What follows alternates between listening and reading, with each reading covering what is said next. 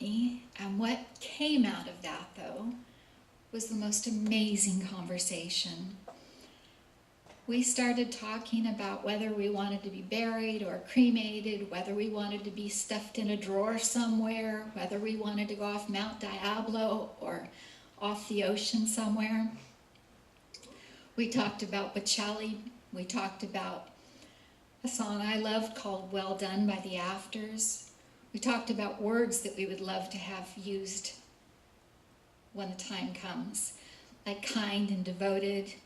I like integrity and I like fierce. And all of a sudden, she turned to me and she put her hand on my arm. She had tears in her eyes and she said, I've never got to have this conversation before. Whenever I bring it up to my kids, they say, oh, Mom, you're going to outlive us all. And she said, but I'm not. I'm 85 years old. She said, thank you for this conversation. And that was a beautiful moment for me. Currently, I want to let you know that I've had my surgery. I had 12 inches of my colon removed. All of the signs, everything looks very, very good. I was hoping that 12 inches of colon might weigh 10, 20 pounds. I'm here to tell you it doesn't. So they harvested 14 lymph nodes at that time. 2 of them had cancer in them, so I am going through chemo. I just finished my second round, basically earlier this afternoon. My doctor's words to me are that my cancer is very treatable and I have a long life ahead of me. So I just have a detour to get to that. In closing, I'm the shy kid that sits in that back corner. For me to be up here, there's one reason. I don't know if any of you have one of these tests sitting anywhere. I don't know if any of you know someone that does. Some of you are young. They'll come to you someday. People have asked me, the number one question that's been asked of me is, how did I know? What signs did I have? I had none. I'm the healthiest person you guys have ever looked at my age.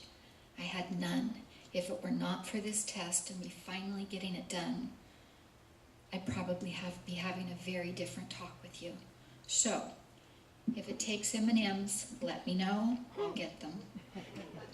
Thank you very much. Yes, give it up for Joy. Let me throw her M&Ms. Good job. Very, very good. Our next speaker, we only have 2 more. Kathy Greer Gonzalez, or Kathy G, as she goes by. She's one of our more experienced speakers. She's actually completed level 1 of Toastmasters. She's spoken extensively in the recovery community and in the mental health organizations. Kathy has been with Science of Mind now for more than a decade and is our most newly licensed practitioner. We're really excited about that. The title of Kathy's talk is Crazy Woman, Divine Lightning. Give it up for Kathy G.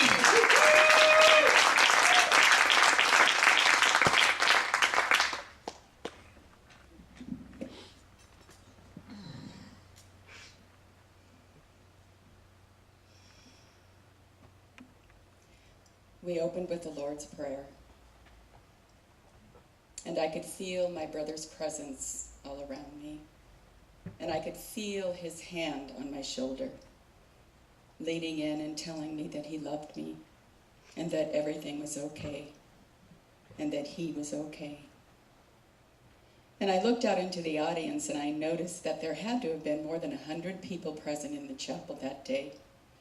It felt like an AA meeting or an NA meeting because there were so many members of our meetings that were there, along with old friends and family. And during that time in the chapel, we shared stories about my brother. We sang and we cried and we laughed. And of course, we played his favorite music, Tower Power, Al Green, Santana, and of course the blues. That was our music back in the day. We found an old picture of my brother, of him blowing out his candles, and we projected it up on the wall because the day of his memorial was the day of his birthday. He would have been 49. And so, as we projected it on the wall, we sang happy birthday to him. And then we closed with a serenity prayer. And everybody slowly said their goodbyes and cried and hugged, and I just looked around and I knew that I needed to get out of the chapel. So I found my way down the aisle and I walked out of the chapel quietly and silently, all alone. And I leaned up against the car that was right out in front of the chapel. And I was numb. I couldn't believe that my brother had died. I couldn't believe that after 8 years of solid recovery from heroin and other drugs, that he went back out. And he fell asleep at the wheel of his vehicle, and he careened into a telephone pole, and he died. And as I leaned up against the car, I remember looking up to the sky and to the heavens, and I remember thinking to myself, my goodness, it's raining just like the night my brother died. The weather's exactly the same. And as I looked up, the clouds parted, and the sun had kissed the rain, and a beautiful rainbow appeared before me. And the sky was illumined by light, and an angel appeared before me. And I could hear my brother again saying, I love you. I'm okay. And I'm always here. Now, before I go on with my story, I do have a question for you. Has anyone had a premonition, an intuitive thought, or knowing that something was going to happen, but you just didn't know what it was? Has anyone had those? Yeah, me too.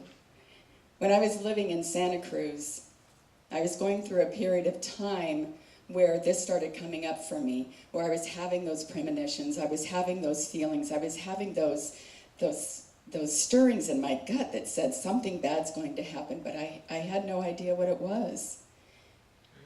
Eventually, Spirit came to me and said, someone is going to die. And I could not understand that. I didn't want to believe that. It scared me, it confused me, it made me even more nervous because it was like an intuitive knowing. One day, the day before my brother passed, I woke up frantic. I've got to find my brother. I have to find my brother. Called him. He never answered. Called my kids. I called my mom. They never answered. I never got a hold of him. And the only thing I could think to do was to be with friends and light a candle and pray. And that's exactly what I did that night. The next morning I woke up to the sound of a phone ringing. And my girlfriend at the time answered the phone. And before she could say hello, we both could hear my mom screaming in the background, Carl has died. Carl's dead. My son's dead. And when I heard my mom, I remember screaming out my brother's name. He was like my kid. I helped raise him. He can't be dead. He can't be. We just got him back. He's been in recovery too long. We waited so many years. I remember sobbing and screaming. And I blacked out as I was dropping to my knees. The minister that I was going to church with at the time came over and she talked to me. I was powerless, obviously, and I was stunned, and I was numb. And the days ahead and the weeks ahead were about preparing for the funeral. Came back to Sacramento. We prepared for the funeral. We did our due diligence with everything that we needed to do. And when it was all over, there was silence in the house. And I moved back in with my mom to help her because she was not the same, not by any means. And so I spent the next 3 years of my life, from 2006 to 2009, trying to save my mom from her grief, trying to save my mom from her depression, trying to save anyone but myself. I refused to feel my grief. I refused to let anybody know how I felt. I just couldn't handle that. I could not go that deep. I could not feel the fact that my brother died. It was like a dream, still after 3 years. But I was getting sicker and sicker myself. My mental health was making a really bad turn, and I began isolating. I stopped going to meetings. I stopped seeing people. And I found myself sitting in my room, writing, staring, obsessing. I was addicted to TV. I was addicted to saving my mom. I was addicted to not helping myself. I was very, very sick inside. But the big thing was that I didn't use. I didn't drink. And that is an amazing thing, that I could walk